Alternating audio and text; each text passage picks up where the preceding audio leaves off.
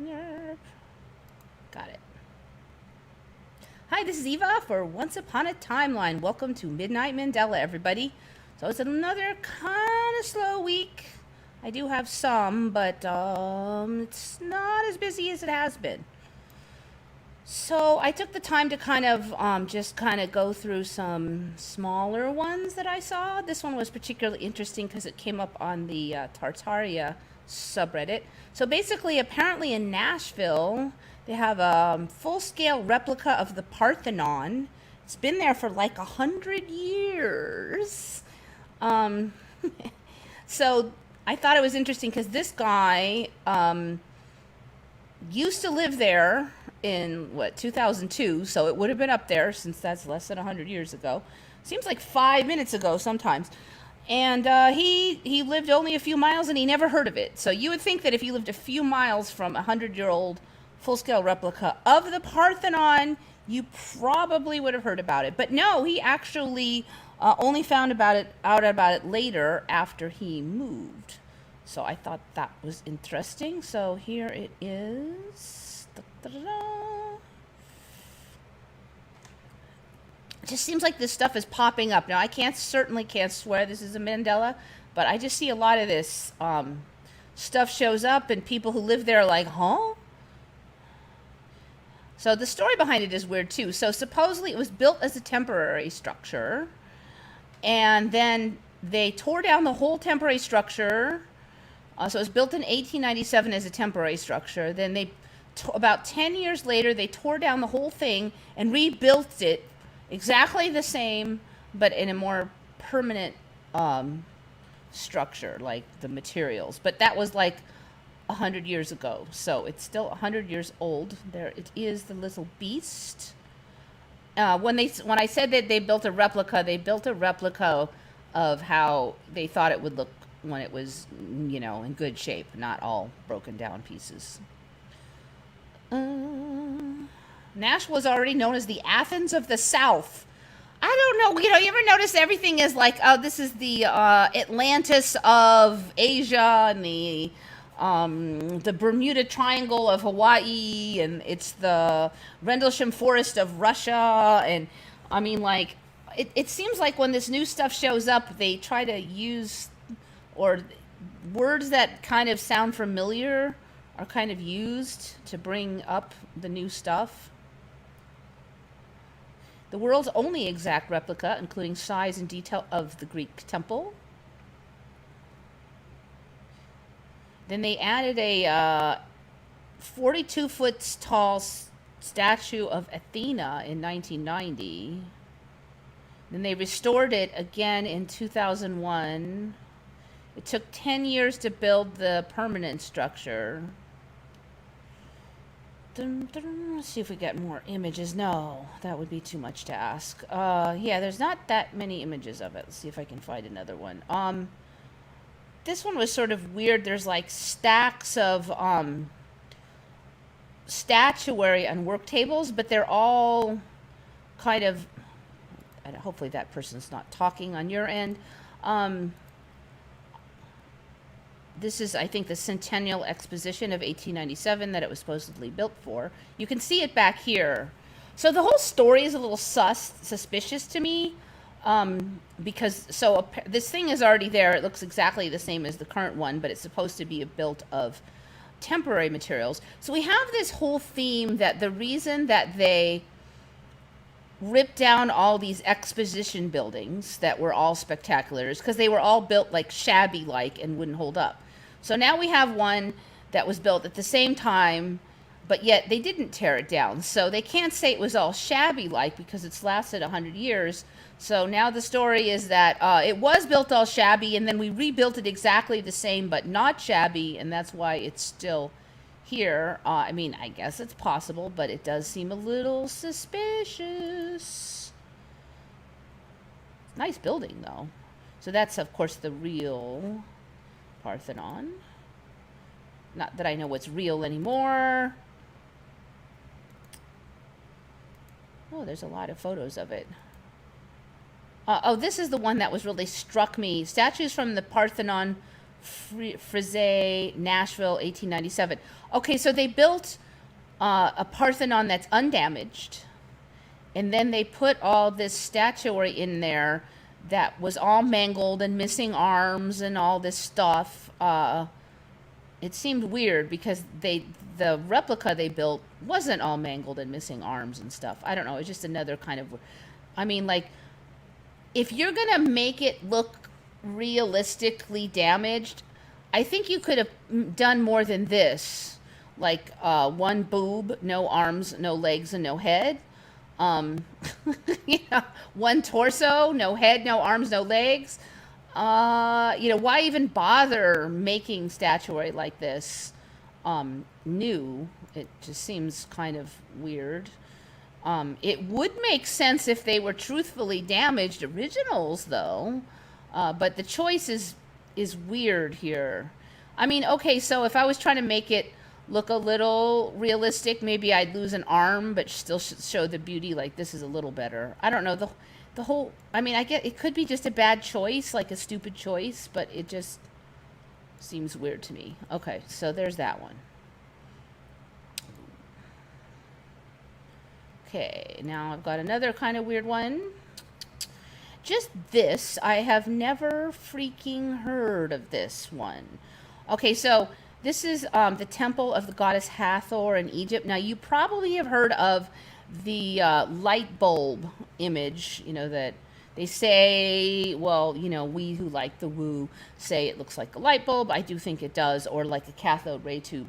So this is the same temple, but check out these stairs. They're all creepy melted. Let me see if I can make this larger.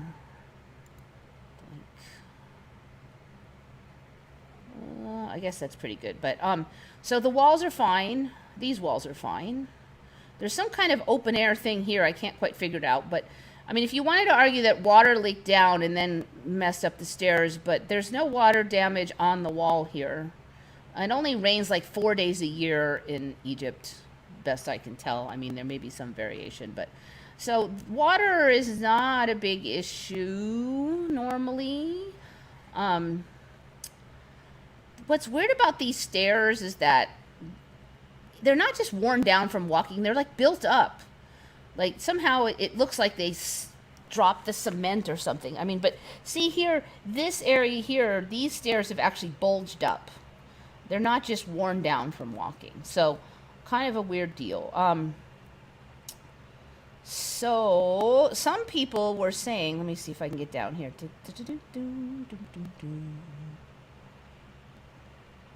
So this kind of fits with the Tartaria theme with the weird tech way in the past that we never admitted we had. I suspect that it is really Mandelas, that our past is just changing, but I know that the current theme is more like, hidden history. It's always been there, but we're just admitting it now. I don't think so, but either way, there's neat stuff. Dang, there's been a lot of chit-chatting on this. Oh, this is not the original one, that's why. Boink. Let's go back. I went to the one with 467 comments, which is the... I need to go to the Tartaria comments that aren't 50,000 miles long. Okay, here we go, here we go, here we go. Dun, dun, dun. It's long, but it's not as long. Okay, so this one, which is also... Okay, so there's a couple subjects on here. First of all is this guy. I'm not going to actually play it, but if you're interested in this kind of stuff, this is an interesting watch. Turn that off. Okay, this is guys called Global Vision, and this is called Wave Guides in Ancient Time. So this guy's English, but he doesn't do too much talking. So basically what he's arguing, let me see if I can jump forward and show some of it. So he's got clips.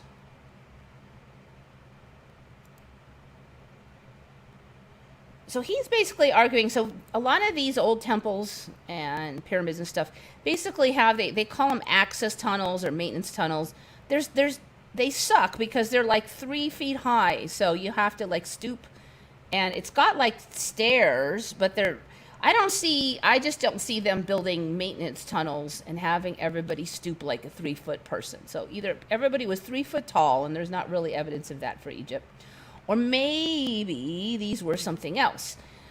So the argument is that these might actually be electromagnetic concentrators, and they're called what is that called? Waveguides.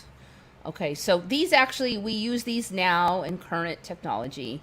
And basically, if you make an electromagnetic field, these step patterns here will concentrate the EM field if done right. So he kind of goes over a bunch of this stuff. Now, I do have a friend that has been involved in construction of waveguides, and he verifies that he feels that this could be a waveguide. That it fits the expected possible shapes of it, basically. So it's very interesting because this guy kind of goes through the shapes of a lot of old temples and stuff, and he's arguing that the shapes aren't just aesthetic, that they actually have like an electromagnetic function. And even if they don't all, it could be that the original designs did, and then they were just copied over time. You may not understand why people like that pattern, but it's a historically preferred pattern, so they just do it. So you don't always have to understand to replicate something. Okay, so what are we going back to now with this? So if you go back up here, it explains this, because I was talking to my friend about this, and basically the theory is that they put like acidic, like when I say acid, you could be like vinegar or something like that. It doesn't have to be like, super caustic. If you set up the right kind of metals and in a room and add a bunch of mild acid like vinegar, you can basically create an EM field, and then it can be concentrated using waveguides. So what happened here with the stairs, what he was telling me is if something happens where too much power goes through these waveguides, then this area and the stairs would get really hot and can melt. So it actually looks melted here. And he said that the guides, the stairs, the steps closer to the source of the power would get the hottest and hit the worst and melt the worst. And that's kind of what you see here. So, I mean, I can't swear that that's what's happening. But I did find another link. Let's see if I can get back down here again. So basically they were saying that if you put andesite, which is a pretty hard stone that is sometimes used in these temples, and I don't know exactly what stone was used in the Hathor one, but if you put andesite like in a microwave, I believe it's here, you can melt it. It will actually like blurb out molten from microwave radiation. Melting of andesite in a microwave oven. Letters to the editor. It looks like some Slovakian peoples. Little bit of bad English in here, but not too bad. But some interesting images. So basically he's showing that different ways that they've microwaved these chunks of andesite, which is a stone. Okay, so this is a not irradiated piece, and then this one was irradiated 10 minutes, and this one is irradiated 15 minutes. So basically what happened is they microwave these with a pretty powerful microwave, and they became molten at the core and blurped out like basically like lava, and then it solidified after they turned off the microwave. Okay, so how is this related to this business? So the other thing I wanted to say was that my friend was saying that his understanding of how this works is that these waveguide steps would be approximately 3 times higher than the type of wave that they would be reflecting and concentrating. So it's hard to see the exact measurements on here, but he's guessing that about 1/3 the height of this, and would put it in the microwave range. So he's thinking possibly microwaves if this is a waveguide. And we see over here with the melting of the andesite that in fact that was what they were using, was microwaves. Okay, now there's a lot of conjecture here.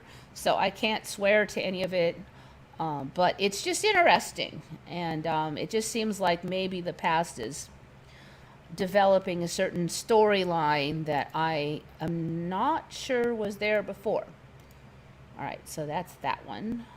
Since it's been a slow week, that's why I'm taking time to yap about all this stuff. Dun, dun, dun. Are you guys still talking about the thumbnail? All right, I might put you out of your misery here in a minute. Just give me a couple more minutes.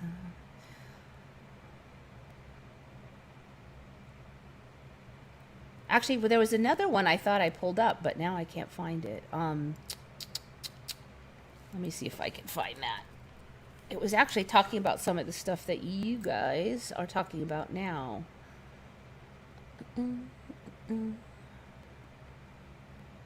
And retconned.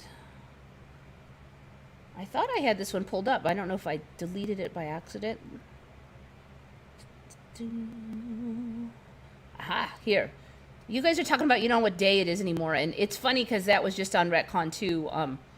A lot of people are talking about it that don't know anything about the Mandela effect, never heard of it, but they just, you know, we're seeing it. People spacing out. I don't remember this month. Where did the time? I spent this whole month disassociating. I don't remember anything. Nothing feels real. Oh, I feel this too. So what? This was on, I don't know, some kind of Twitter thing. Okay, so, but basically people are feeling it. You know, it's not just us. I think I had something else I wanted to say over here too, but now I can't remember what. Speaking of spacing out.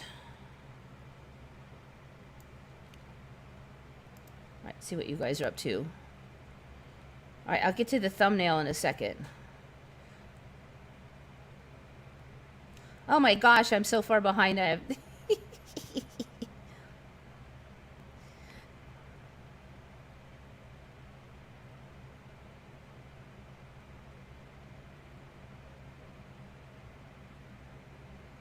Isn't there another Parthenon building somewhere else in America? I don't. This one is a full-scale replica, so maybe the other ones weren't full-scale.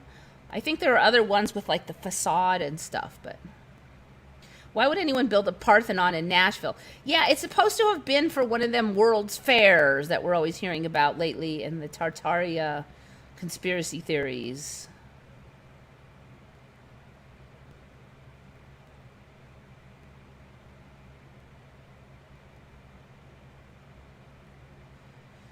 It's wild because if a crowd of people clap continuously for a long time, the claps will line up in unison, then get scattered, then in unison again. Really, is that at the Parthenon? That's weird. I've never heard of that.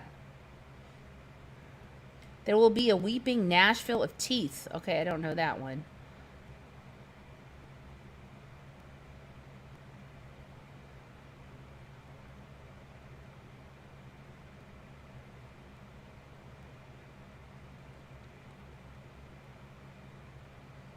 Particle accelerator.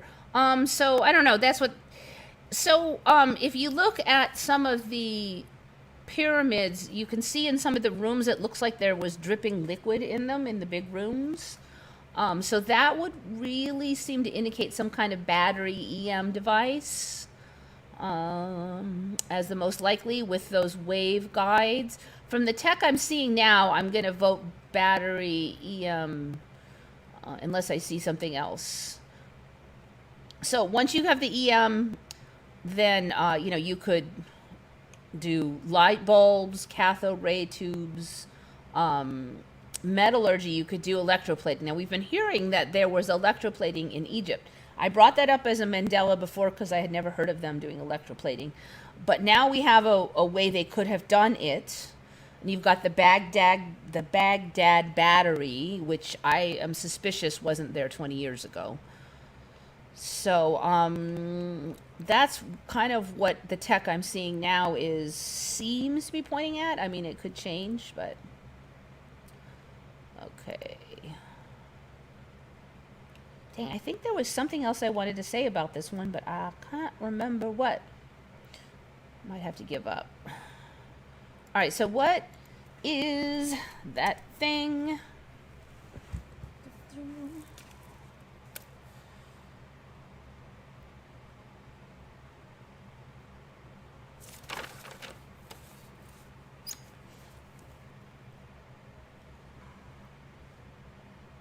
I wanted to make sure, yeah, this one was one I found and not anybody else. Okay, so that thing is a mud volcano, believe it or not. I have covered mud volcanoes before, but if you remember, when I did that, there was just a couple, and they just showed people kind of going into the volcano and getting like a health bath of mud. The mud volcanoes weren't that hot. They would just blurp out mud. So last week we saw like kind of a new level of mud volcano, and that was I believe the one last week was in Azerbaijan. Azerbaijan mud volcano explodes. I'm not sure if this is the one, but so basically they can explode now. Yes, this is the one after a massive explosion in Azerbaijan's oil and gas fields. So first we had the water, the ocean's on fire because of some kind of gas leak thing, and they were trying to put it out with all those ships. And now we have a mud volcano that exploded with fire and everything. So these mud volcanoes have reached a new level of power. The blast occurred 9:30 from the humid gas field. So to be clear, these mud volcanoes are supposedly natural. They often happen in gas fields, geomagnetic areas. Local authorities initially suspected an accident in one of the multiple oil and gas rigs, but the state oil company SOCAR later announced that preliminary investigations have deemed the case of the explosion to be a mud volcano, and none of its platforms had been damaged. Of course, they could be lying, but these mud volcanoes now have apparently exploded in the past, not near oil fields, so they are a legit thing. Mud volcanoes are a rare type of volcano that erupt a superheated slurry of mud and water instead of lava. They don't get as hot as regular volcanoes, but they do inject natural gases that build up inside, can be ignited by sparks created by fast-moving rocks and boulders beneath the surface during eruptions. This is believed to be what caused the recent inferno in the Caspian Sea. Azerbaijan has earned the nickname Land of Fire. I've never heard of that. The mud volcanoes in Azerbaijan are some of the biggest and most violent in the world. Mark Tingay, a geophysicist and mud volcano expert in the University of Adelaide. There are on average several large mud volcano eruptions each year, and many of them can have big fires. So they're not that rare then, are they, if there's multiple per year? Most mud volcanoes are suited on small islands created by their eruptions.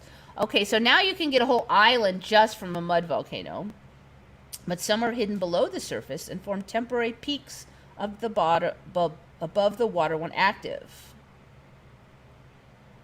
The most recent explosion is now confirmed to have occurred at the Dashley Island mud volcano. Okay, so yeah, these things are the new deal now. All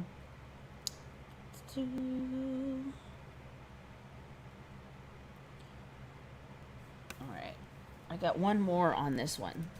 Scientists. So that image was a mud volcano that was kind of a low-growing one that grew to look like an eye on Earth, and it was just really weird. So I'm like, all right. You are the thumbnail. Man, my writing is so sloppy. Details about world big. There it is.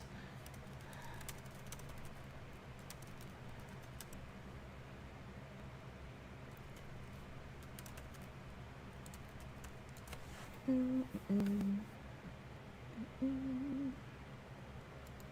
believe this is the one.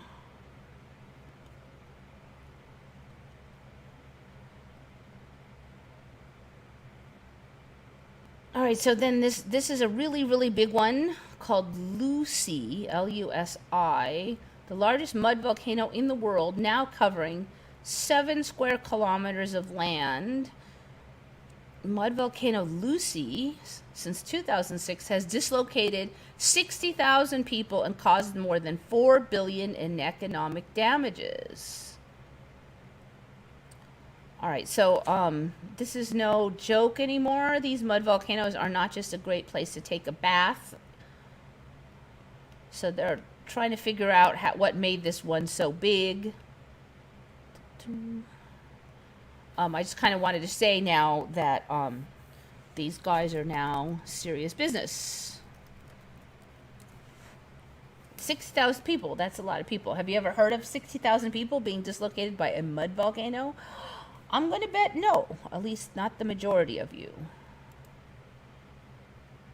Let's see if I can find that funky eye one now.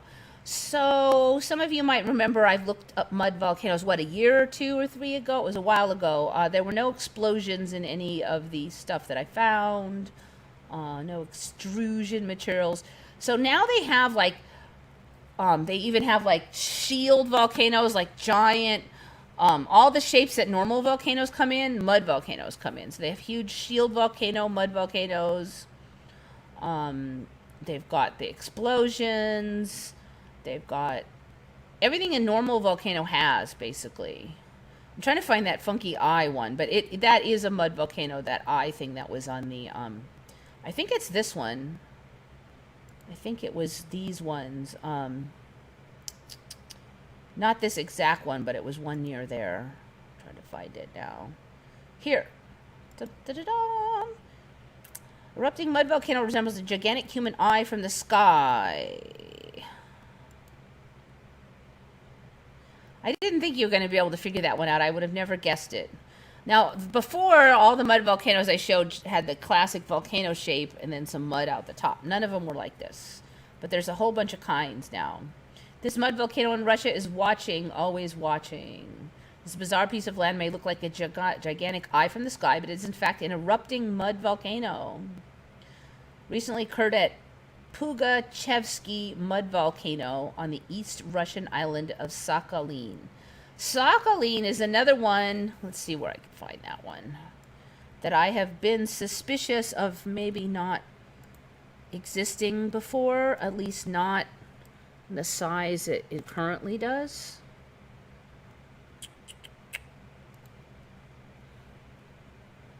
Maps. Let's try maps.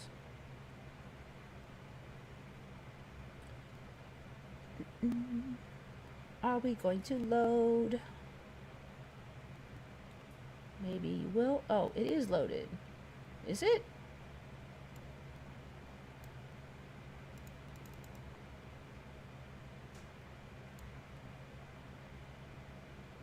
There we go. Trying to get an eye of it. Okay, yes, this one. This one, what was it? About 4 years ago, people felt that this one broke off of here, that it used to be attached, broke off. So you can see it's getting pretty big, and so for a lot of us, Japan was, dang, it looks like a lot of those islands are connecting now in Japan. The heck? Wow. I don't remember it being that connected, to be honest. Interesting. I think there's been some connections on there. But yeah, a lot of us remember Japan is way up, more out to the sea, more south, and not having like pieces of Russia almost tickling it. So this is the Sakhalin, and I guess, I don't know where on there is the mud volcano, but it seems like this has gotten a lot bigger. This is very shifty, this Sakhalin thing. Now, for a long time, I keep thinking this area is going to break off, but it totally has defied my prediction and is hanging on almost exactly the same, although I do believe it's gotten a lot bigger over here. But, yeah, anyway, Sakhalin. It does seem like a lot of this new stuff shows up in areas that are kind of new themselves. Quit that. There are quite a lot of mud volcanoes in the world, and this one is well known. Haha, have you ever heard of it?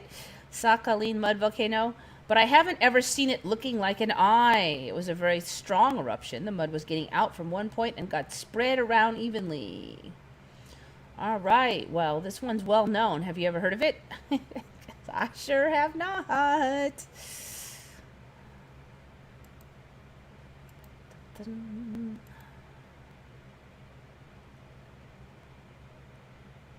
King Tut now has 2 snakes on his mask. Yeah, that's an older one.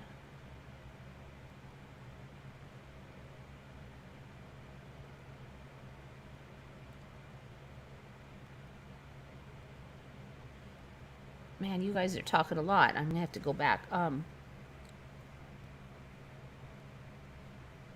They put up new poles and power lines less than a year ago, and the one on the corner makes demonic sounds right after the yucca trees opened up a way they never had before, all the plant life dying. Yeah, when I went to camping out in the desert, we were kind of near some power lines, and they were making a lot of noise. And so my friend that was with me says, "Oh, that's really normal." But I have camped out by power lines for decades, and they never did that before. So I don't know what to say, but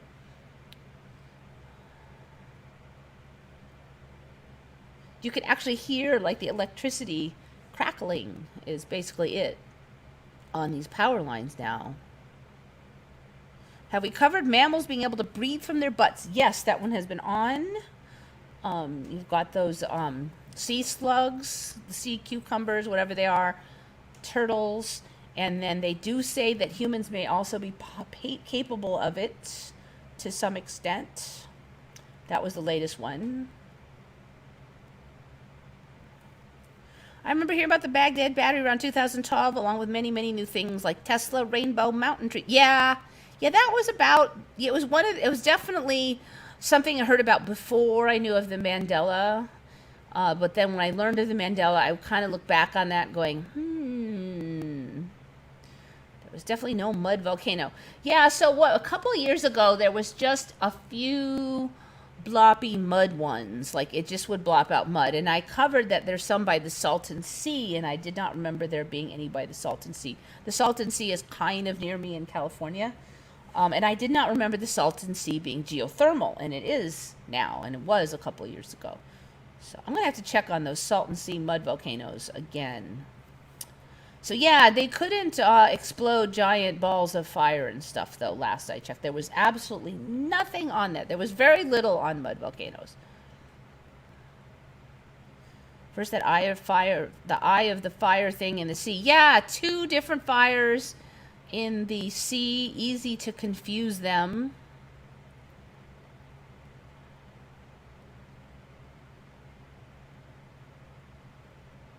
If you look up the King Tut Aten image reliefs. All right, let's just check those real quick. Images.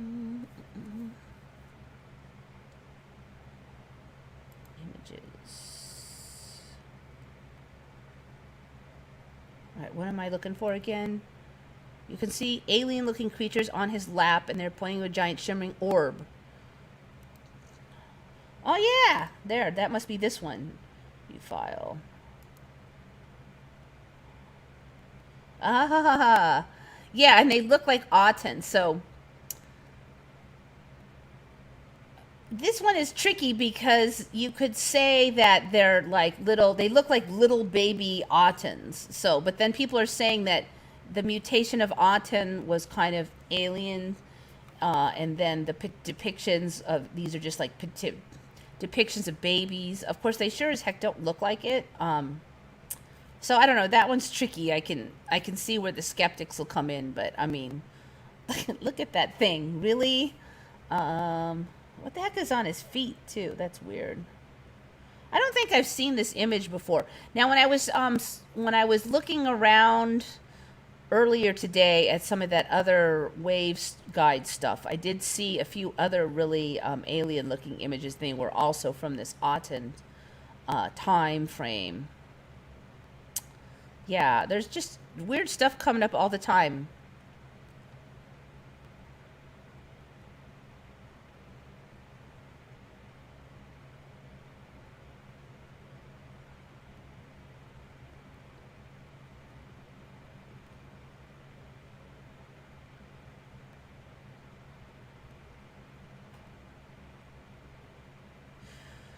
I think there is technology they were powering with a battery to open up a portal similar to CERN, which is essentially the world's largest EM ever. I don't know. I just got to wait.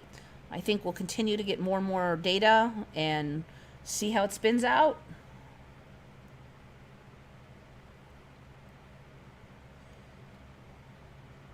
Okay, so I covered that one, waveguides. I'm just going to slide this in here because just watch, keep an eye on this because I guess they're going to start watching your text messages. It was been announced by Politico. I'm going to read it. Of course, we here would never have any disinformation text messages, so we don't really have to worry about this, right? But I just thought I would let you know that the DNC, according to Politico, is planning to engage fact checkers more aggressively and work with SMS carriers to dispel misinformation about arm pokes that is sent over social media and text messages. The goal is to ensure that people who may have difficulty getting a vaccination because of issues like transportation see those barriers lessened or removed entirely. So apparently you sending misinformation on texts is somehow going to stop people from having transportation to get arm pokes. I don't know, it's weird, but I just thought I would point this out. Of course, we are all would never go against the narrative here, so fact checkers have nothing to worry about, right, people? Of course. I just thought I would slip that in there because it's just kind of interesting, even though it's not really a Mandela. Just keep your eye out on what's going on. They're going to be going door to door, checking for arm poke status as well. So things are getting a little interesting. They always said it was him and his wife with their children. Yeah, exactly. I mean, I could just guess what they're saying, but those are some creepy looking kids. I'm sorry, but those are some creepy. They're like this big and all skinny and creepy. I mean, come on. So, you know what I remember about Akhenaten is that he wanted things to be depicted realistically. So even though he was kind of, maybe he had like a stomach and his face was kind of weird, he wanted his real looks to be put onto the images and not stylized. But those little spindly, long-armed, skinny kids, there are still kids that look like that. So either the storyline of realism is no longer a storyline or something, because those are not what kids look like. I mean, even sickly kids don't have skinny arms like that. Human babies have their pudgy little lumps. They're not skinny little spider creatures. So something has changed there. And I've never, until earlier today, seen images like those little spider creature babies.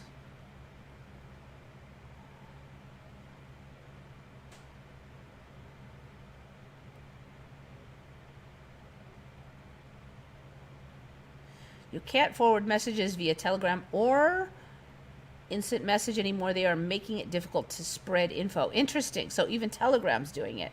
Yeah, I'm just like, what's left? I mean, I keep looking at, we're going to have some kind of a chat area, but I really am not. I was thinking maybe I would do some kind of chat on Telegram, but I don't think that they can be trusted either. So, yeah, I don't know. Okay, what else are we here? That's that time speeding up thing. We've covered that. The Otten thing. All right, so I think we're just on to the next. All right, here's a question for you. This is from Julie's Journey. What do you remember about fiddleback spiders? What kind of spider is a fiddleback spider? Do you remember that terminology?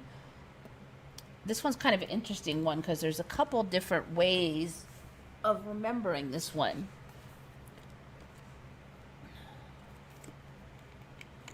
They found mummies that look like those little skinny kids. Really? Do you have more info? I'll give it a quick Google.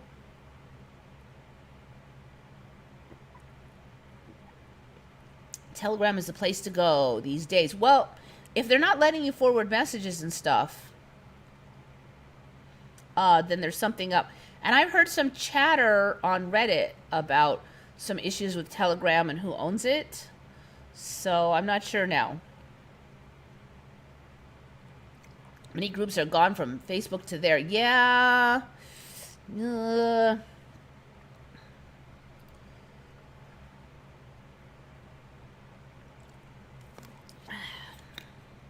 going to give a couple more people a chance to answer this one, because there's a couple versions of this Mandela. I remember one version. Julie's Journey remembers another version. And then the current reality is a third version. So no cheating now, no Googling.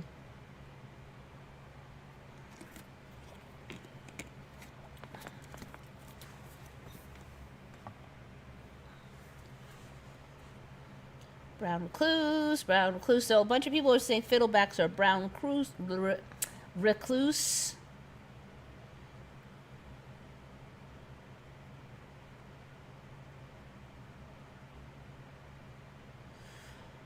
All right, so let's see.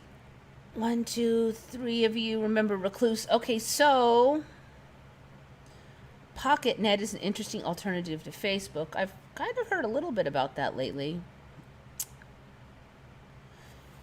So this is what Julie's Journey remembers. She remembers fiddleback being the brown recluse, like you guys. Okay, that is not what I remember. I remember brown recluse being just a tiny brown spider. And that was what scared me about it, because it was totally plain and there was no way to know if it was poisonous or not, because there was no real indicator and it was just a super tiny, boring spider. However, I remember Black Widow having the violin, and this one has changed a number of times, and I remembered having it on its back. So for me, fiddleback was the Black Widow. Okay, and then quite a number of years ago, somehow instead of on its back, it was on the stomach. So that I was like, I thought it was on the back, but that was before I knew of the Mandela, and I didn't really think about it that hard. But I thought I was really confused, because you kind of have to turn it over just to really verify that it is a Black Widow, whereas before you did it. It's both the brown recluse and fiddleback from what I looked up. Okay, so it's, you know what, the fiddleback now is some other spider that doesn't have anything to do with anything. And then they're saying that there's a slight fiddle pattern on the brown recluse, but you need like a magnifying glass to see it, because it's some like little bitty dots behind the eyes, which is not what people remember. They remember seeing a fiddle pattern with their eyeballs. You can ID it with the fiddle pattern. I saw a fiddleback brown recluse in El Cajon the other day and took photos of it. Yeah, so if it's got a fiddle back now, it is not a brown recluse, which is probably a good thing, because I don't think they're supposed to be in El Cajon anyways. Black Widow has changed from having the hourglass on this. Yeah, so I remember it being a fiddle on the back, and then it was a fiddle on the stomach, and then it was an hourglass on the stomach. So right now, we got the Black Widows with the hourglass on the stomach. And also, we've got brown widows. Now, I remember brown widows a couple years ago being another species of widow that wasn't as poisonous as the Black Widow. But now I'm hearing all kind of stuff that some Black Widows just happen to be brown, and they're not really black, so Black Widows aren't really black. And it's like, oh, it's so confusing. So there was actually like this thing, though, where it was like fiddleback brown recluse is not, it was just a like, let me just see if I can find that. I should have written down the name of that. It was just like an old wives' tale. Oh, they don't really have a... The fiddleback or brown recluse spider is normally identified by the shape of the fiddle on the head back of the spider. So what they're saying now is the fiddle, you have to have like a microscope to see it, because it's like these tiny dots behind the eye. So it doesn't, if you just look at it now, it just looks brown. Now there was, so they still call it fiddle black, but you can't see no fiddle on it. Somewhere in here there was, like, oh, it's not, if you see a fiddle, it's not actually a brown recluse, it's this other spider.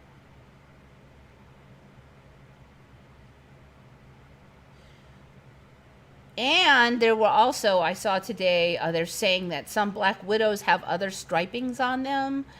So there's like all this variation now. So let's just look at an image of a brown recluse. In case anybody doesn't know American spiders, I apologize. But basically, brown recluse are super poisonous.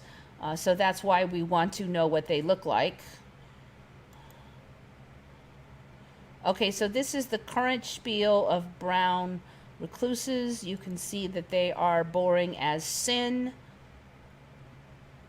They look like Mr. Everyday Spider Aroni.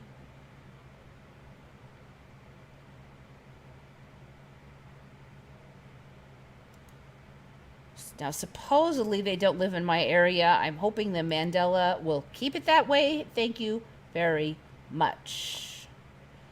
All right, Black Widow. I'm just going to do a quickie on Black Widow. So, for those of you who don't know American spiders, Black Widow is another poisonous, oops, better put it in spider. Another poisonous spider. They're not as bad as brown recluses, but you still don't want to get infected by one. All right, so this shows the underside of a Black Widow. So they have the, I feel like this hourglass has changed a lot. It used to look very hourglassy. Now the patterns can vary quite a bit. Some of them now they're saying just have dots instead of the full hourglass. This guy's got like a stripy pattern. It's not an hourglass. They used to all be hourglass for me, and now, I mean, look. Dots, speckles, lines, splatters. Who the heck knows what you're going to see under there. Luckily, they're fairly distinguishable by their giant, black, creepy butt. If it's giant, black, creepy butt, then squish it. See, there's no hourglass there. So this is the first I've heard when I was looking today, and I have looked at this before, of so much variation in the hourglass. But we see that with the Mandela. Used to be like everything from the same species looked really, really similar, but now there's like massive variation even between one species. There's a lot of images of spiders that have non-standard hourglass patterns now. See, there's another one. There's an hourglass and two dots.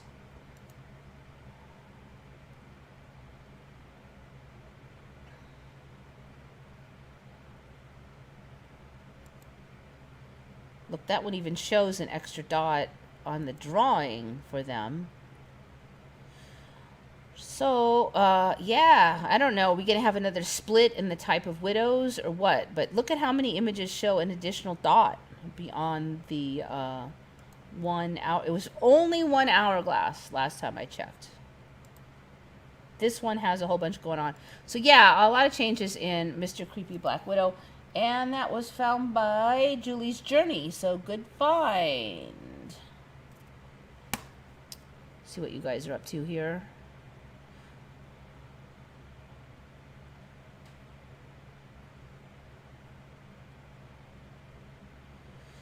Yeah, so brown widows, I started seeing those quite a number of years ago. And I got bit by one, and they were saying, oh, well, they're not as poisonous as black widows. So one of my friends had them all. I didn't know this when I was sitting on her patio chairs, but they were all up underneath. And then I got bit by something, and then I checked the chair, and there was like 3 of them living under there. So I'm pretty sure that's what got me. But it wasn't really bad. It made like a spot, and it just took forever to heal, and it just made like this black area for like months, but it didn't like hurt too bad or anything. I saw a black widow last night, and it did seem different.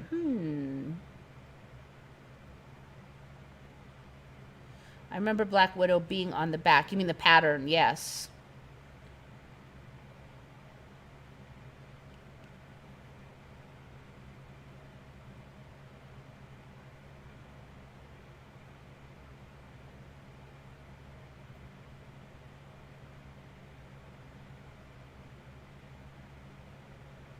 I smashed one last night with a white hourglass on its back. Well, I don't know what that one is. Yep. Well, you know I gotta have spiders. It's been like weeks since I had spiders. All right, so let's go from spiders to black holes, shall we? But this is not ordinary black holes. This is black holes in the ocean.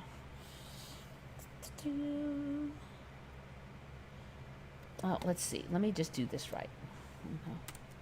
Exist.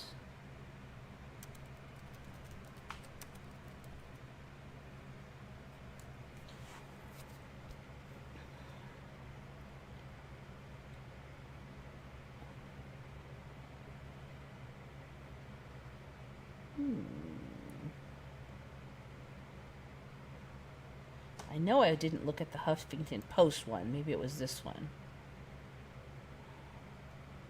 Black holes exist in ocean. I don't think this is the exact article I was looking for, but close enough.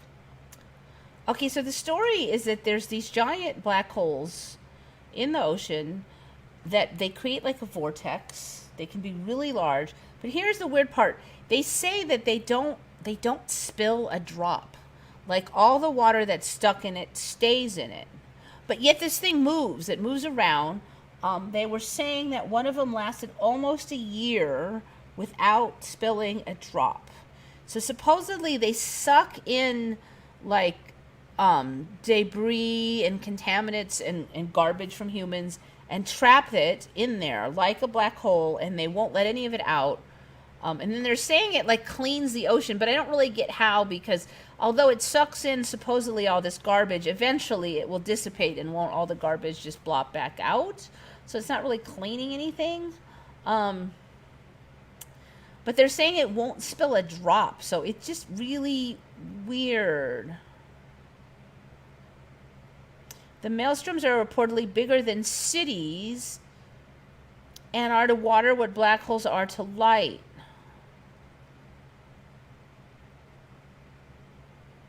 So they're calling them like maelstroms. They conclude that maelstroms have the same mathematical properties as black holes.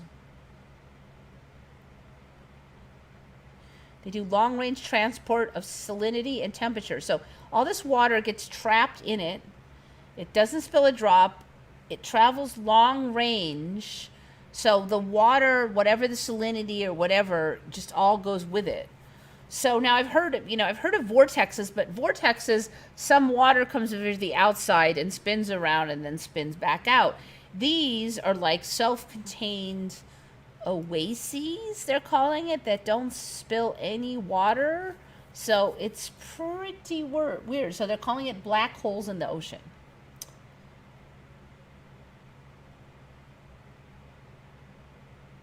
Yeah, they can live for... One of them has been reported for living nearly a year. I couldn't really find any info on average lifespan of these things. But it just kind of sounds, I don't know, ridiculous.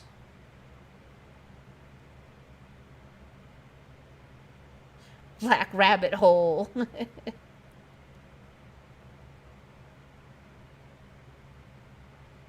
Why is the plastic island still floating? I'm not sure what the plastic island... It's the ET's new vacuum cleaner. What's the plastic island? Plastic island. I know they had those fake islands that they were making like off Abu Dhabi and stuff. Plastic island clothing. Plastic island. Okay, I've heard of the Pacific Garbage Patch, although it's only been a few years that I've ever heard of it. The growing floating garbage island. Yeah, I know. I don't know. I mean, maybe because none of these black holes came and slurped it up. But see, I don't get how it cleans it. If it slurps these up and it transports stuff, it's gonna barf it back out eventually, right? When it after a year maybe, but whatever. Eventually, it dissipates. So I don't know. The plastic island really wasn't.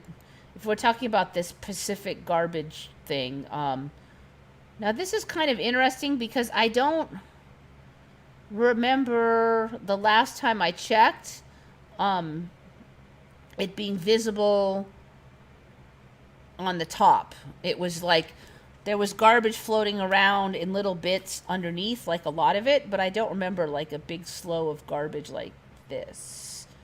So I think this is also changed, because when I looked into it, you couldn't see it all on the top. It was just, yeah, that's definitely changed for me. So this is the Pacific Garbage Patch. You can now see it actually as a patch. Interesting. So yeah, that's changed.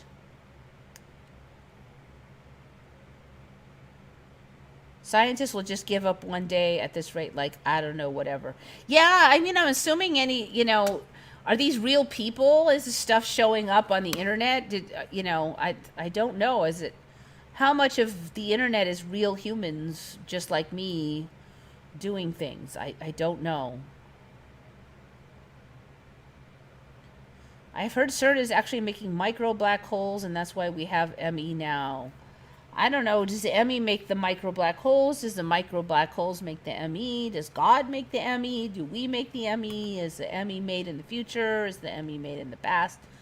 I don't know. Don't know. Not enough data. Okay, here's a question for you. All right, so anybody who saw this on other locations, it was just brought up on Retconned, and it was on the main sub Mandela effect. So you guys, no cheating, but for yous that haven't seen the answer, and no Google cheating either, what color is the Eiffel Tower? This is the question of the hour. What color is the Eiffel Tower in Paris, France? The original one. Not any replicas. I think China has a lot of replicas in the current timeline, but we're talking about the original.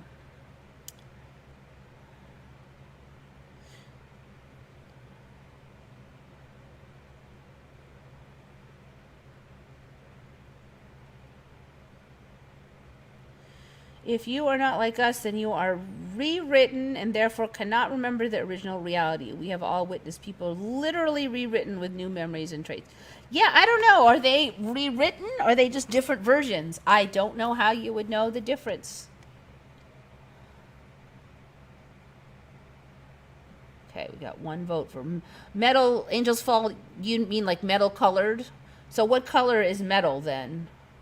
We got one vote for brown, one vote for metal, one vote for green. But I'll need like a color. So metal can be a bunch of colors. Was black, then green, then copper, gray, brown, gray. I'm actually going to trundle over to Retcon for this one. Just because on Retcon, I actually first saw this one from user Zvive, Z-V-I-V-E, on the main sub. It was some days ago. But since then has gotten onto Retconned, and the Retconned person has conveniently uploaded the entire history of the colors. So I'm going to jump over there.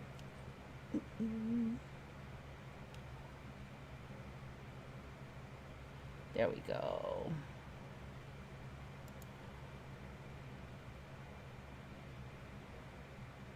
I remember when it was green, like the Statue of Liberty. I don't know why it's not made of copper, is it?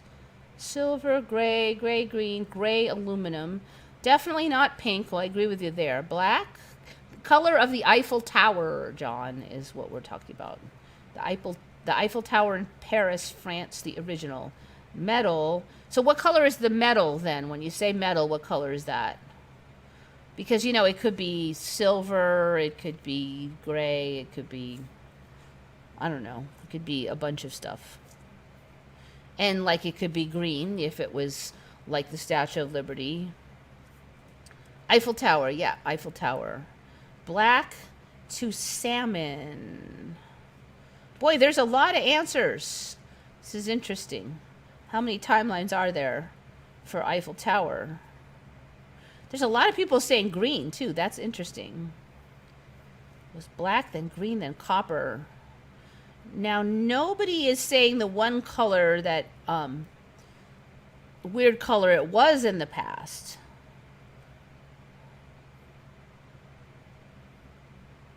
It was dark brown last I was there. Okay. salmon, baguette colored. What, I don't know, what's that? Light brown, I guess. Medium brown is a baguette color.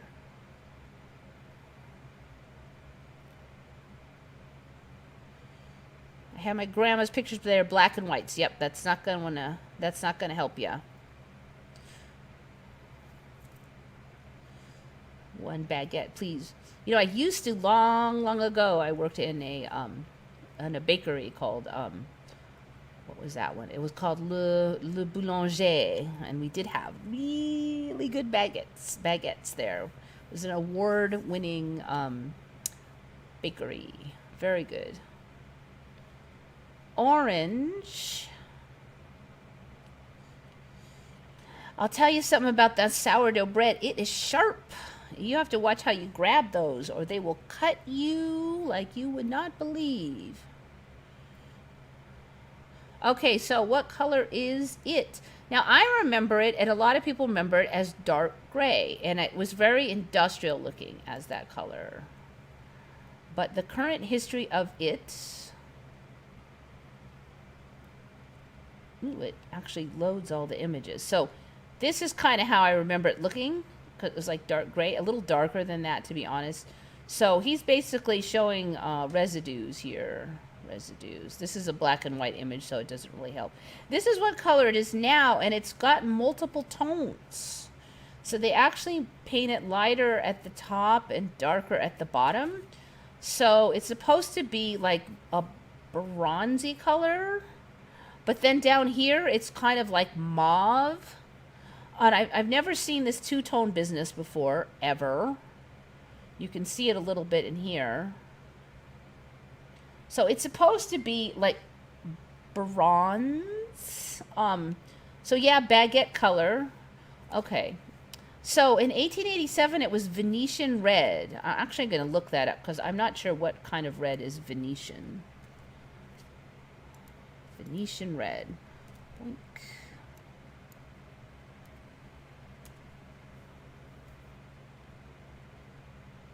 Images.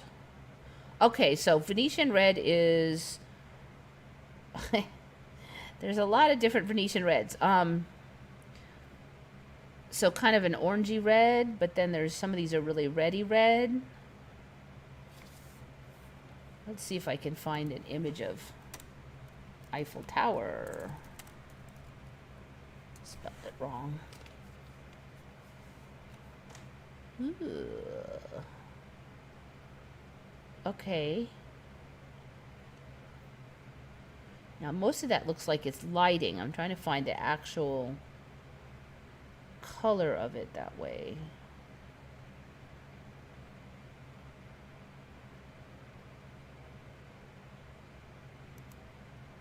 Okay, so it looks like it was pretty red at some point. The red Eiffel Tower. Looks like maybe some old images. So it used to be freaking red. And I don't remember it being freaking red. And nobody mentioned it being red. So that's interesting. It looks like the Venetian red is fairly red. So originally it was Venetian red. And then it was reddish brown shortly after. And then it was in 1892 ochre brown. And then 1899... A coat of 5 colors is painted in shaded tones from yellow-orange at the base to light yellow at the top. Have you ever seen that? It's almost like rainbow. It was after this repainting campaign that a 7-year cycle was adopted for the renewal of the paintwork. 1907, blah, blah, blah, to 1947, the color is called yellow-brown. The 1917 repainting was delayed because of the war. Then 1954 to 61... The new color for the Eiffel was brownish red instead of reddish brown. All right, I guess these are showing some of the colors here. So it was freaking reds for a lot of these times. From 54 to 61, and then 68, the color Eiffel Tower brown is chosen for its harmony with the Parisian cityscape.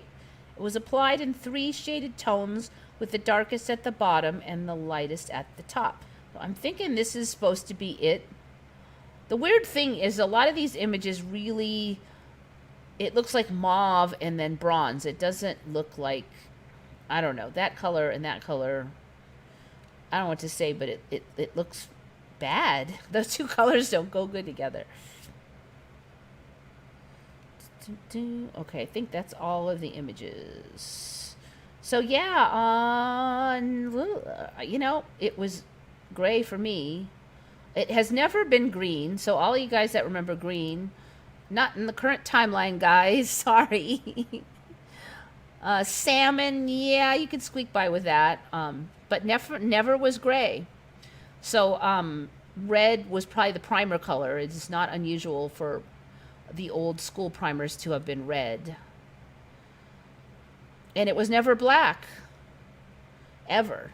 It was made with a red primer, and then it went through a range of colors. So yeah, never black. Several people remember black. People remember gray, remember green. Never was. Gray aluminum, never was that. Gray. Now, I remember like a darkish gray. It was very industrial looking. I think the current color is a little better than the metal. So when people said metal, I really thought you probably meant what I meant, but I just didn't want to assume. So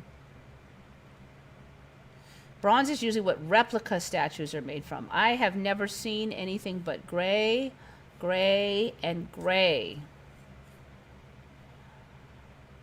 I only remember pretty black. So for me, it was very dark gray. So I could see somebody calling it black, but it was like charcoal gray for me.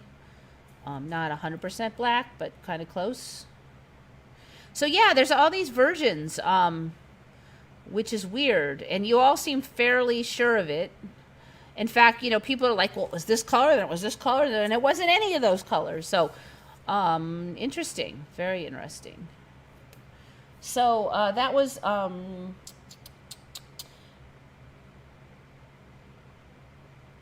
okay. So the one that was originally talking about that on the main sub was Mystic Word Nerd, was the one that found that, and then later on this sub, which came later, was Will Work for Answers, who finds a lot of them. So this might be new because it seemed like he got it from somebody that didn't post on the main sub. So I don't know if multiple people independently figured this out or if it came from one source. I'm not really sure. There are only so many real people, and many are not true humans. Yeah, I don't know. Maybe it certainly is possible.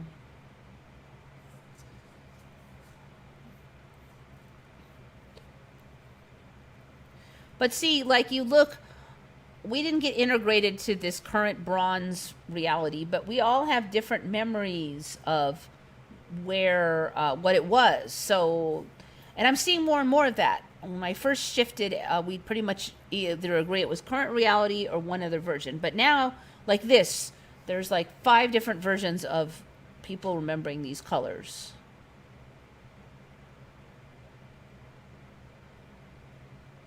Always gray to me, and I'm mostly a Frenchie and Native American. So anyway, yeah, as you can see, the color's been the same for my lifetime, which is always this multiple 3-toned bronzy colors. You know, they call it Eiffel Tower bronze, but there's 3 colors there, so that doesn't even make sense anyway. And it's not really bronze to me. The lower level looks like mauve. Could be flipping through thousands of realities a day. Yeah, I know. I don't know. Okay, so that's what we got. Eiffel Tower, we got mud volcanoes, we got black holes in the ocean, spiders. Okay, I think I'm almost out of stuff. And I did the melted stairs. Yeah, I'm done. It was a slow week. And I looked for Mandelas too, and I did not find a lot. That's why I brought some of that other stuff. So yeah, I don't know, unless you guys have anything.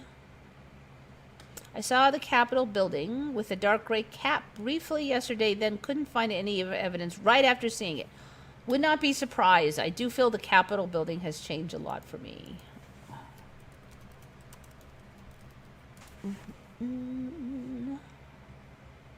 Pull up some images here, see what it's looking like these days.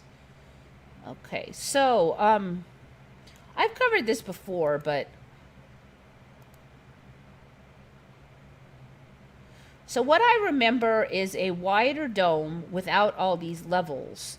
It looks kind of like a multi-level layer cake now, but I just remember like a little base and then a big wide, so it was flatter and wider. It was more bubble-like, and it didn't have all these layers. So this would swoop down really fat in one giant level, and it didn't have all this pokey stuff on the top. It just had one stick thing. It kind of looked like a flagpole, but there was no flag on it. It was a stick.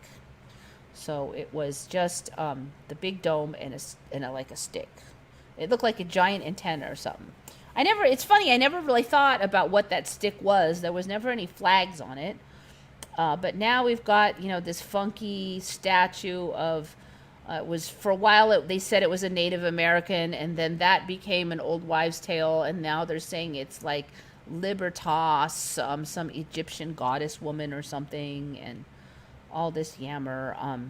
Actually, this lower building here looks quite a bit different to me also. I remember, I don't think it was this wide, and there was like bigger columns. There was just more columns, bigger, spaced more. This is kind of ugly out here. And then there was just kind of a building like this. It didn't just keep going on and on forever. Yeah, it's, dang, it's ugly. That's kind of more of the image, because, and then it would just go a little further out and end. And I remember just big columns coming down. Now it's got two levels like this. Man, it's kind of an ugly building now. This whole area out here is like ugly. That's a little more of the feel. Oh, that's Capitol Hill. Okay, well. Okay, so the reason that's more of a feel, I think, is because it's hiding this lower level. I can't see it because it's looking up. Again, that's more of a feel of it, though, because it just had the big columns, and that was it. It wasn't... It's ugly now. It's ugly. Yeah. That's a little better. Yeah. Oh, that's the Utah State Capitol building. That's why. Okay. I don't know. So, yeah, it's changed a lot for me.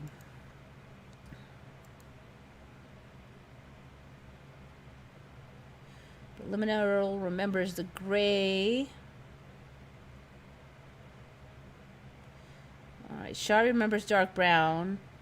Was it two tones? Because it's pretty obviously two tones now. Angels Don't Fall remembers gray.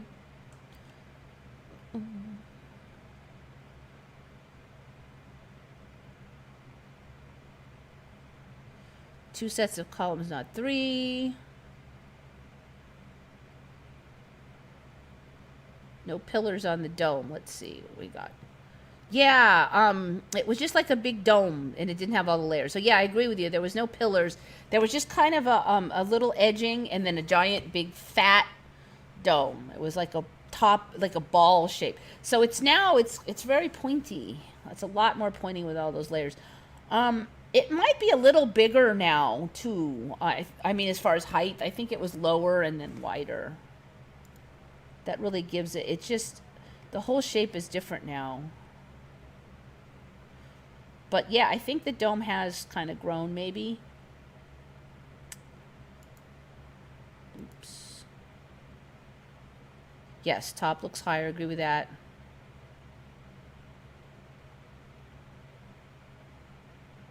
No, two tones. Okay, so it's actually three tones, the Eiffel Tower. It's supposed to be darkest on the bottom and then in the middle. And then supposedly it's lighter on the top. But I wasn't able to really see that on any of the photos. But the difference between the bottom and the upper part is really obvious. Because it's, to me, not just lighter. That's a whole nother tone. It goes from mauve to, like, bronze. And that's, like, a color shift. It's not just a lightening. I mean, like, as a house painter who dealt with colors all the time, I'm like, what were they thinking? I don't know, because bronze does not look good with mauve.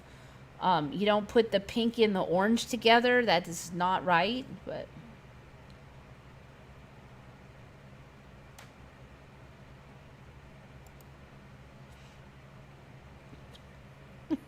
Art Generica, the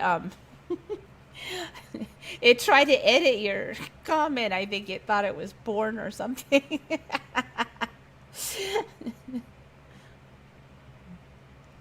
Every culture on Earth has buildings with the same goddess, which is known by many names, including Europa, Kali, Ishtar, but biblically she is called Babylon, mother of harlots. Yeah, well, you know what? That wasn't on the Capitol building before. It was just a little stick. There was no statue up there. So that's changed. And then for a while they said it was a Native American thing, and I even thought it was a little fishy then. And then for like a year or 6 months they said that, and now, no. Now that's changed again. It's changing faster than you can keep up with it. So the current reality, there's this Libertas creature everywhere. Libertas. Can find for that one. Libertas, Latin for liberty, the Roman goddess and personification of liberty. I've really only heard of that maybe a year ago, a year or two. She became a politicized figure in the late Republic, featured on coins supporting the Populares faction, and later those of the assassins of Julius Caesar.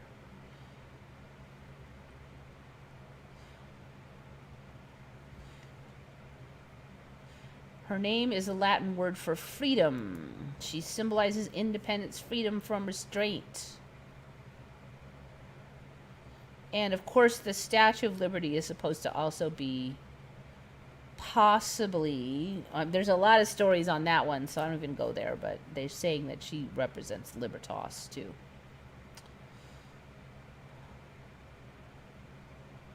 She symbolizes independence, freedom from restraint, and personal and societal freedoms. Her Greek name is Eleutheria. She was and is the personification of liberty and freedom. Depicted wearing a long flowing gown and holding a rod called a vindicta and a cap called a pileus, which are two of her symbols. She's sometimes shown wearing a crown of laurel leaves and with a cat at her feet. Huh.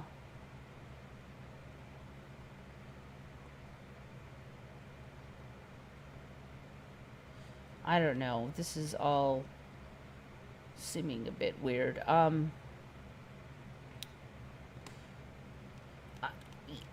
It keeps changing. I don't want to read all that stuff.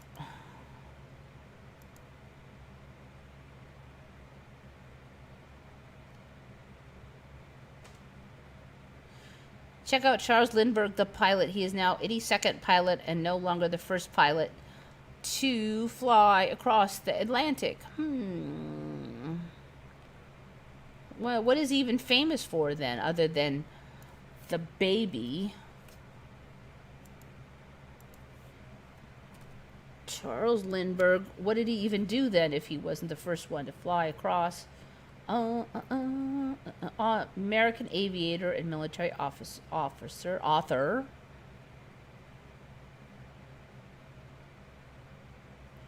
He went to instantaneous fame by winning the Orteig Prize for making a non-stop flight from New York City to Paris. Doesn't seem like that big a deal.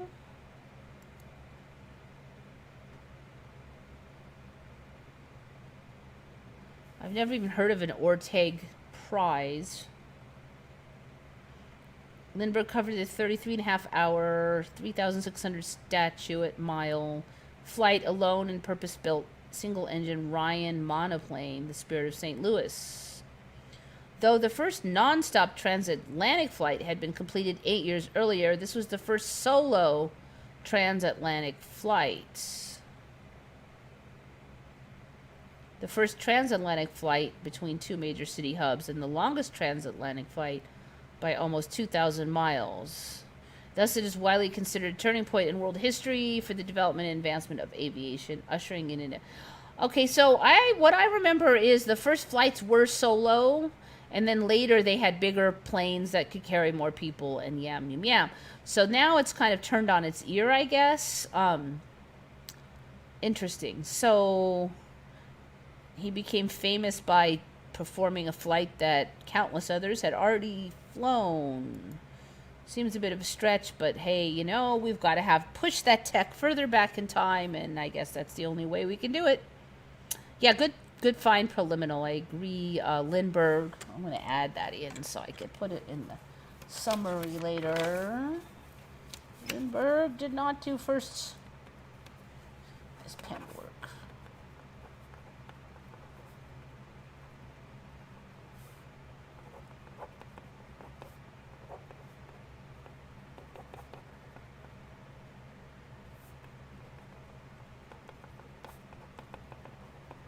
There.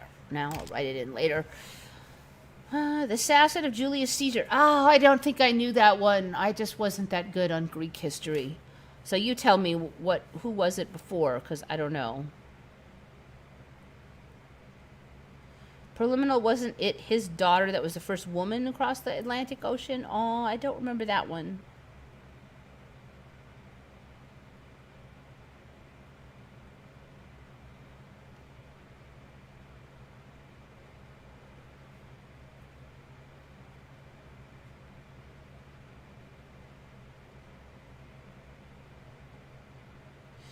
Check out the famous pointillism painting a Sunday afternoon on the island of Le Grand Jatte. Yeah, we covered that one. That was that woman with the umbrella, right? Yeah, that one has been on. It changed a lot. We do agree on that. Wait, how did they... I did think there was like an H somewhere in that Lindbergh. I would not swear to it. But yeah, no, it was not Lindenberg for me. It was Lindbergh. Lindbergh.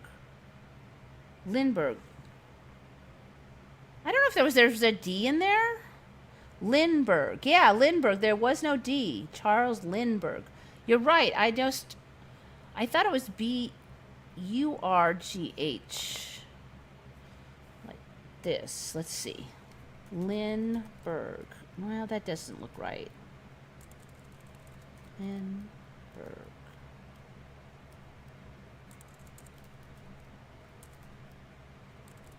All right, I'm gonna go with the E.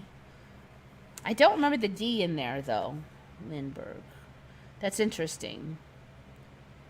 Lindbergh. I'm not gonna swear on that one. It wasn't Lindenberg though. It was Lindbergh. Okay, but I do remember him being the first person to do the first transatlantic flight. For me, the first flights were solo just because the planes weren't that hefty. So yeah, I guess he didn't...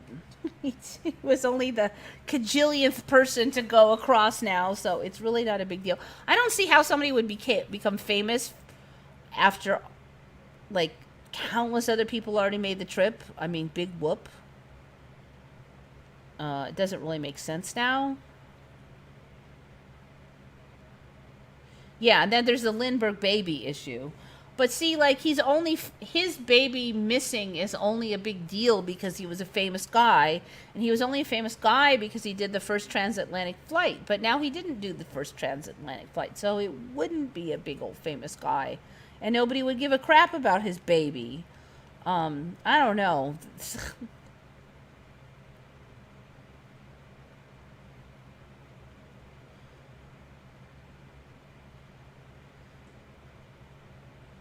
Blaze, you didn't get the, did you get the poke?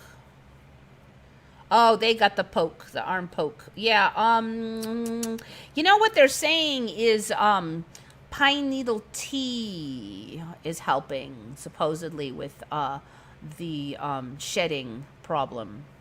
So, I'm pretty sure you got plenty of pine trees over in Japan.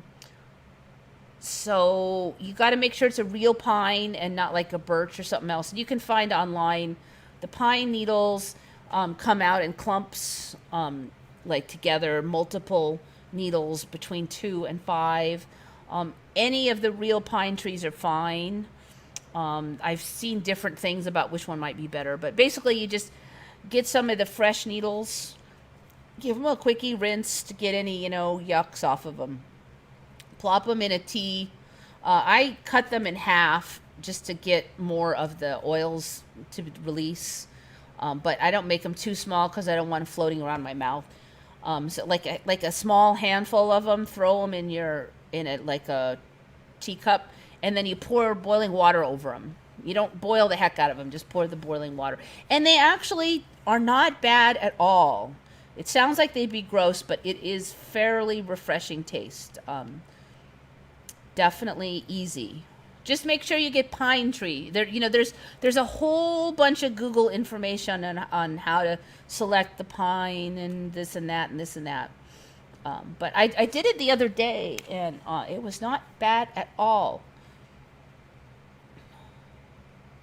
So there's like some kind of acid in it, shikishimic or something. It's the same thing that's in Tamiflu. Let's see, pine needle tea, shikimic. I think it's shikimic acid.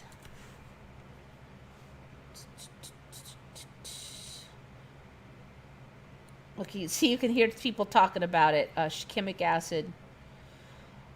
So of course, there's no official science on this, but pine needle tea, the answer, blah blah blah, shedding, blah blah blah. Just got to be real careful about the word terminology I use. Anyways, yeah, wouldn't hurt. It's not bad tasting. It's easy, and it is super cheap, so worth a shot.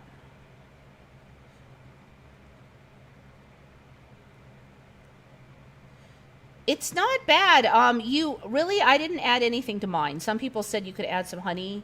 I just drank it. I think a lot of other teas taste worse than that, like way worse, even ordinary popular teas. It's actually, it's somewhat pleasant, I would say, the natural taste. Shikimate, yeah, shikimic. So yeah, just make sure it's real pines, that's all. Yeah, like we all know people who got the poke. They're everywhere. So, I think I'm about done unless you guys have any more Mandelas for me. Add sugar to the pine tea and it tastes like maple syrup. Yeah, it really doesn't need anything in my opinion. It is not bad at all. I take Picno General. So people who did get the poke, rumors have it that Pepsid AC works if you have side effects. And there's actually science behind it, because if you look, Pepsid AC, which is famotidine, I think they call it, is the technical term, actually blocks a certain stage of transcription from RNA into proteins. And it either could be that, but it also blocks A2 receptors to some extent. So there's multiple ways, but there's been a lot of people saying that helps with side effects of the poke. Also for side effects of the actual, rumor has it. I can't say it really does. Of course, I would never tell you to do anything that is not 100% scientifically proven, but rumor has it. Strange rumor floating around the internet that it also works for certain viruses that shall not be named because of spike proteins or spike proteins. So it works for both of those.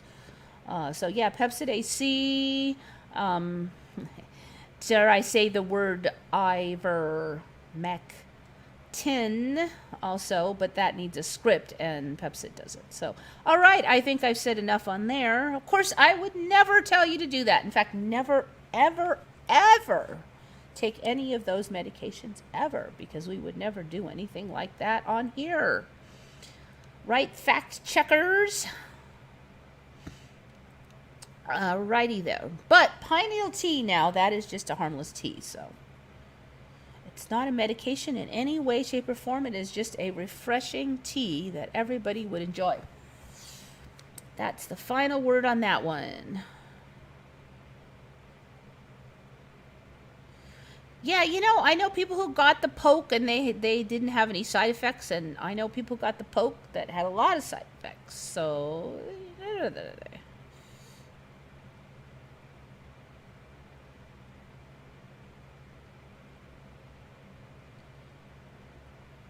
anyways, just be really careful with the terminology in the chat because they have bots that look for keywords, and including in the chat.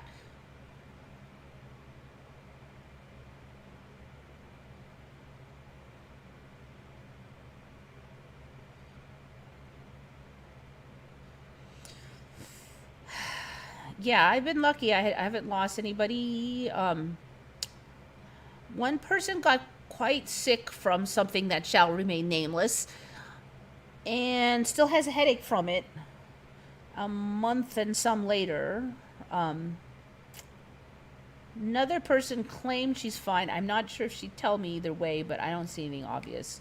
But she does have a weird foot swelling issue that showed up right after. So, I don't know.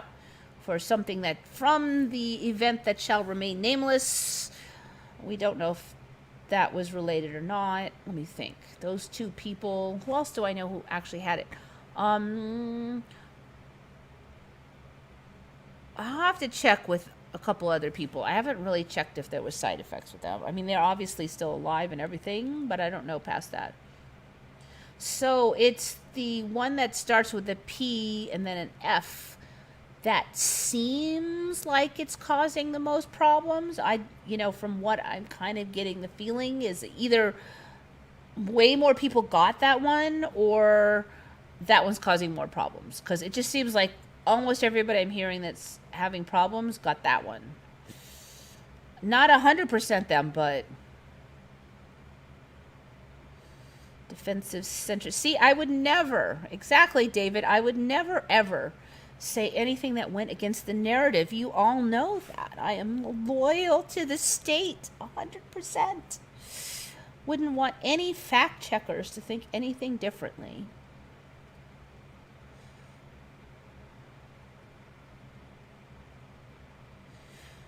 Okay, so yeah, they're really ramping it up now. I don't know if you guys, like I said, they're going to be the administration is going to be checking or attempting to have all text messages monitored according to Politico. So, of course, we would never have any text messages that would ever go against the narrative. So, of course, that would not affect us. But those bad people who say bad things, they would have to be careful about what they put in their text because it's going to be monitored and censored according to Politico and DNC, which is the Democrats, basically. So, of course, we have nothing to worry about, right? Of course not.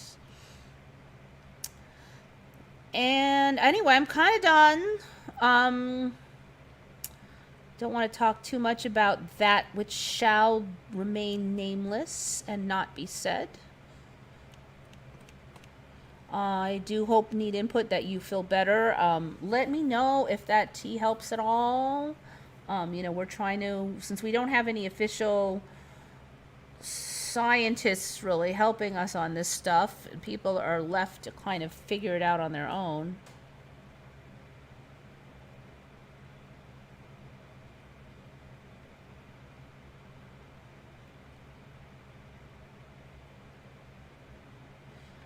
Yeah, I won't be traveling a lot for certain reasons. There'll be some countries I hope that will let me in. I think Mexico still lets you in. I have not traveled a lot in Mexico, so it's right around the corner. We'll just have to get through it, guys. Pick the timeline where there's loopholes and ways around problems, And hopefully anybody who has to quit their job will get a better job Once they quit, they will get a superior position in life. That can happen. We've got to go for what we could go for. Let's see. Almost my whole family got it. Oh, you know, I don't know if I told you, but I got the antibody test on May 31st, and it was still free. That was the last day, and I tested positive for antibodies. So, according to the antibody test, I have actually had the actual thing that shall not be named. Not the poke, but the actual germs. If the antibody test can be trusted. If you can trust that test, then I have natural immunity. I'm stuck in Dubai. I think they are going to announce the same thing here. Uh-oh. Stayed in the hospital for 4 days, almost died. I'm glad she's all right. All right, people. Anyway, prayers for anybody who has problems, for whatever style of protein may have caused it. Fingers crossed for everybody. I did mention a couple things that might help. Of course, I would never actually say what I said. You know what I mean. All right. Anyways, thanks everybody for coming. This is Eva signing off for Once Upon a Timeline.